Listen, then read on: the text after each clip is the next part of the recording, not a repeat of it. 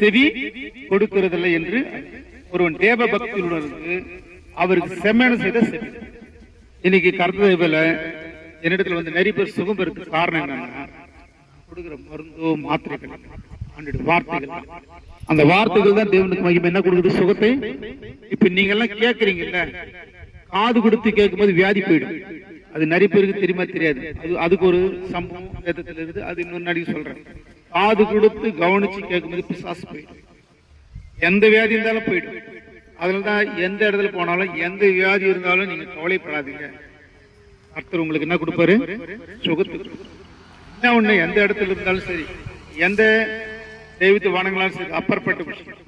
கர்த்தரை உள் மனதோடு நோக்கி பார்க்கும் பொழுது பெரிதான கிருபையில் கர்த்தர் கொடுத்து உதவி செய்கிறாய். அப்ப அந்த பூமியில எல்லாம் நம்ம யாரு?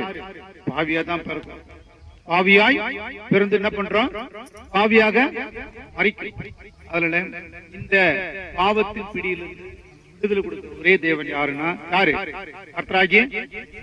நிறைய பேர் பாவம் பொண்ணு கோழி வெட்டுவாங்க, சில நாய் வெட்டுவாங்க, ஒரு சில மாட்டு கூட வெட்டுவாங்க. இல்ல நீங்க வெட்டுறீங்களான்னு தெரியல, நாய் வெட்டுறாங்க, நீங்க வெட்ட மாட்டீங்க. கர்த்தர் நல்ல நல்ல ஒரு பதில். அடுத்தபடியாக எனக்கு தெரிஞ்சு எருமாடு கூட வெட்டுறாங்க. எருமாடு எங்க வெட்டுறாங்க கேள்விப்பட்டிருக்கீங்களா? மனைங்க எங்க வெட்டுறீங்க கேள்விப்பட்டிருக்கீங்களா? தெரியல, கேள்வி